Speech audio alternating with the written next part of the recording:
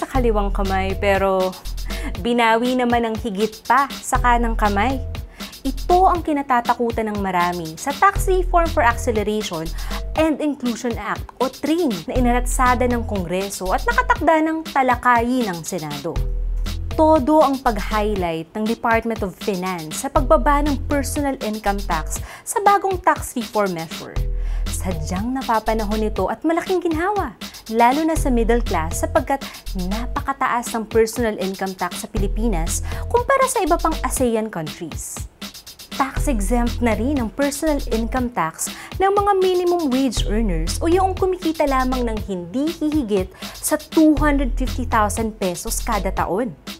Pero may catch, babawiin ng gobyerno big time ang mawawala sa kanilang koleksyon sa iba't ibang forma ng tinatawag na indirect taxes.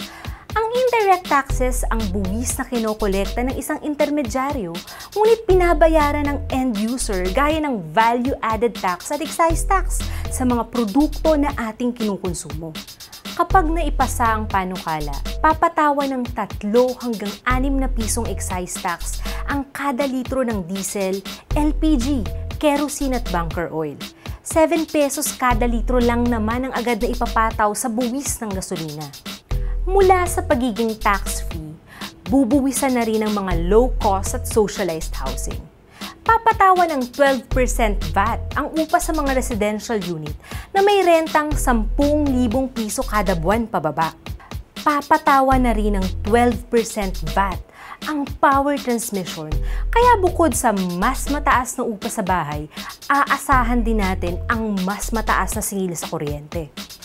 Gayun din, hindi na VAT-free ang medical at hospital services, pati ang edukasyon sa mga pribadong eskwelahan. Papatawan din ng 10 piso kada litro na excise tax ang lahat ng sugar-sweetened beverages. Ayon sa Philippine Association of Store and Carinderia Owners, syempre concerned sila, ito ang itataas sa presyo ng 3-in-1 coffee, kada litro ng powder juice at soft drinks. Kaya niyo bang lunukin? Ano nga ba ang implikasyon ng tax reform package na ito sa isang Pilipino na kumikita ng, sabihin nating 25,000 pesos kada buwan?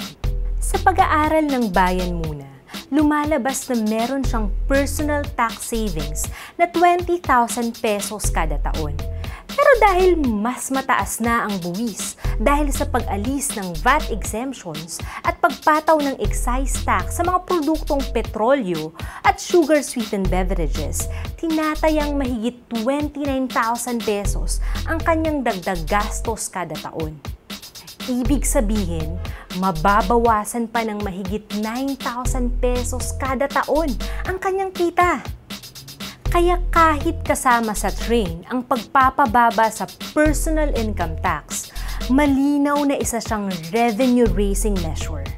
Tinatayang nasa 130 billion pesos ang kikitain ng gobyerno dito.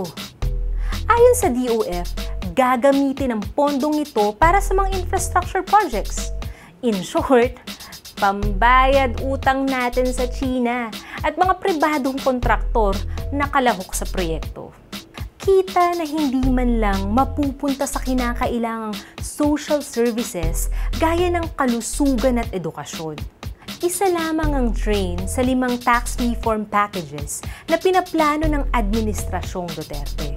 Nakahanay pa ang mga panukalang batas patungkol sa corporate income taxation, property taxation, capital income taxation at karagdagang buwis sa health, environment at luxury items. Sa darating na Oktubre, ipapasa ng DOF sa Kongreso ang hiling nito na reforma sa corporate income tax. Mula sa 30% na buwis, bababa ito hanggang 25% na lamang. Teka! Akala ko ba gustong kumita ng gobyerno? Siguro ang gusto nitong gawin ay sundin ang padron ng International Monetary Fund at malalaking kapitalista na nagtutulak ng shift mula sa direct taxes gaya ng personal at corporate income tax tungo sa indirect taxes gaya ng VAT. Bakit? Kasi di hamak naman na mas mabilis at mas malaki ang makukolekta ng gobyerno sa indirect tax, gaya ng VAT, kesa kolektahin ng buwis mula sa mga korporasyon. Paano naman ang impact sa mga mamamayan? Malinaw na walang pakialam ang ating economic managers.